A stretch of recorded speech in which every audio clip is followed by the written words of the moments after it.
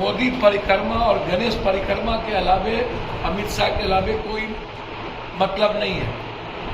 गोदी मीडिया के लोग से मेरा एक बात पूछना,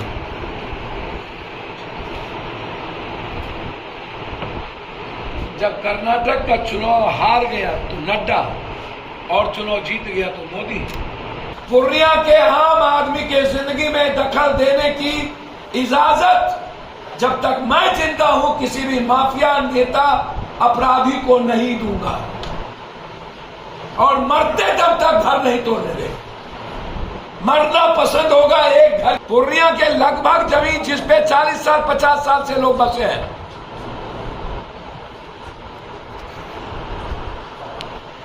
जिसका केवाला से लेकर सब कुछ है, उसको किसी जमीन माफिया के नाम से, ब्रोकर के नाम से जमीन कैसे होता है? और अंतिम, यहां के सारे एमएलए एमपी क्या मर गए कि 42 नंबर वार्ड ये लोग दहशत में जी रहे हो? ये सबकी जिम्मेदारी बनती है। जमीन माफियाओं के द्वारा साजिश के तहत एक्स पार्टी के बगैर एक तरफा निर्णय साजिश के तहत लेने के बाद, बिना किसी नोटिस के, बिना किसी चीजों के, और सब नेता यहां के मौन, भोज खाने की फुर्सत सारे नेताओं को मिलेगी। जमीन, बालू, शराब में सारे नेता इन्वॉल्व होंगे। सारे जमीन माफियाओं के साथ नेताओं का रिश्ता है।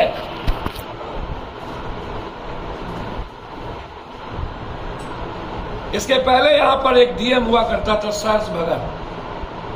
किसके साजिश पर वो पूरा का पूरा इंक्रोचमेंट पैसा को लेकर के कर रहा था? कौन है यहाँ का एक बड़ा माफिया जो अपने को बिल्डर बनना चाहता है? और उसके कौन था जो एक होटल में जाके सूरा, शबाब, सुंदरी सब कुछ तय करता? मैं सहर्ष भगत के टेन्योर को जांच करने के लिए मैं चिट्ठी लिखने जा रहा हूं कि वो कितने बार एक होटल में जाकर के ऐशो आराम की जिंदगी जिए। सीसीटीवी फुटेज उसका निकालकर, ये मोदी परिक्रमा और गणेश परिक्रमा के अलावे, अमित शाह के अलावे कोई मतलब नहीं है। गोदी मीडिया के लोग से मेरा एक बात पूछना,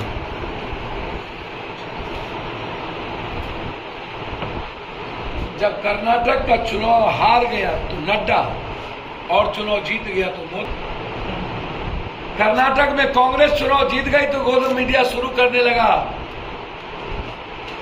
नो नो नो, ये तो सीधा रमैया और शिव कुमार की जीत है। मतलब राहुल गांधी और प्रियंका गांधी से इतनी फटती क्यों है? इतना डर क्यों है? गोदी मीडिया के उन हिप्पी वाली, बाल वाली सबको डर क्यों होता? बोले ना, ठांस दीजिए, मत बोलवाइए।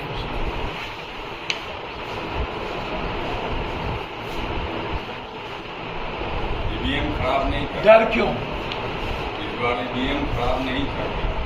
मैं बहुत क्लियर आपको बता दूं, और याद रखिए, लोकतंत्र में जनता जब सजग होती है तो कभी कभी जब हम जगे रहते हैं, गांव में जगे रही हो तो चोर और डकैत भी आवाज सुन के भागता रहता है। जब तक विपक्ष अपने धर्म की वो निभाएगा, आवाज उठाता रहेगा लोकतंत्र के लिए, आम आदमी के लिए, वो दिक्कतें आएंगी। साजिश अदतन बड़े चीजों पर होती है, और आज भी मैं कायम हूं कि ईवीएम से चुनाव नहीं होना चाहिए। उस सब मामले में बहुत क्लियर है। लेकिन गोदी मीडिया से मुझे बहुत तकलीफ है कि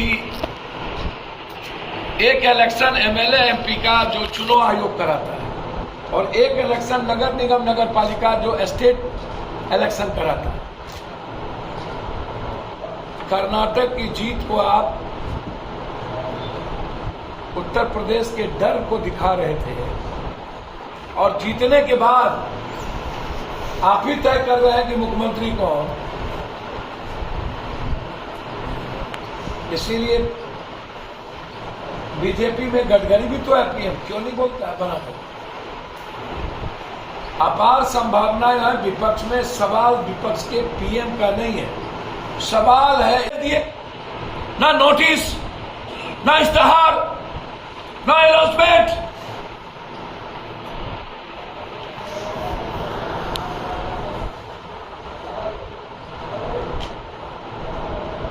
मैं लिखने जा रहा हूं, पूर्णिया के लगभग जमीन जिस पे 40 साल 50 साल से लोग बसे हैं,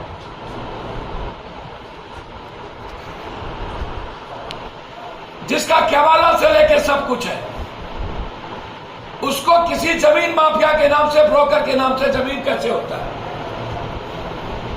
शहर में कोई ग्रीन वैली एक 200 कितने सालों से सुनते हैं कि लगातार बनने की बात है, उसमें लगभग 100 बीघा से ज्यादा जमीन लाल कार्डधारी की है।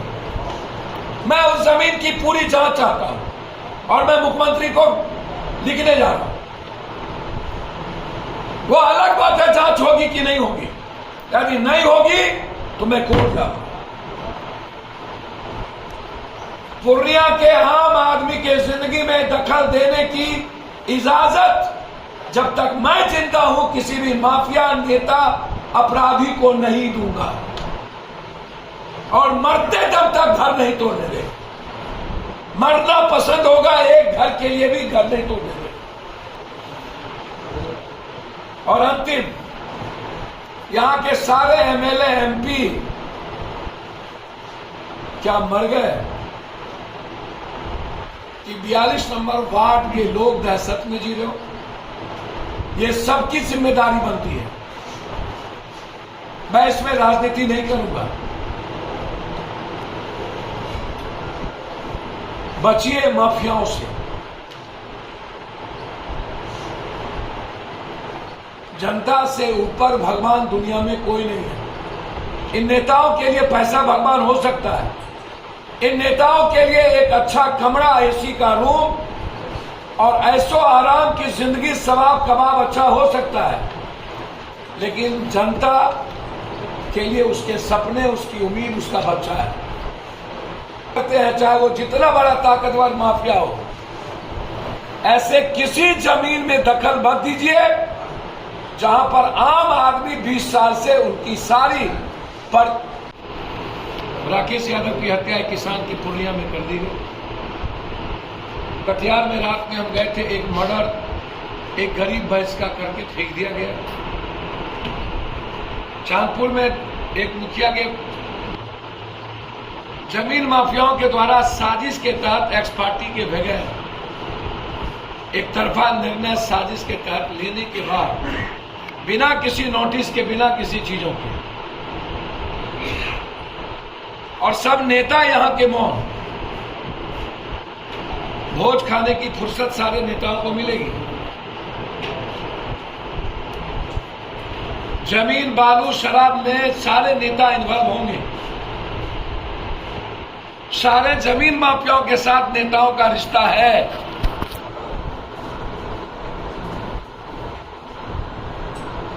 इसके पहले यहां पर एक डीएम हुआ करता था, सर्स भगत, किसके साजिश पर वो पूरा का पूरा इंक्रोचमेंट पैसा को लेकर के कर रहा था।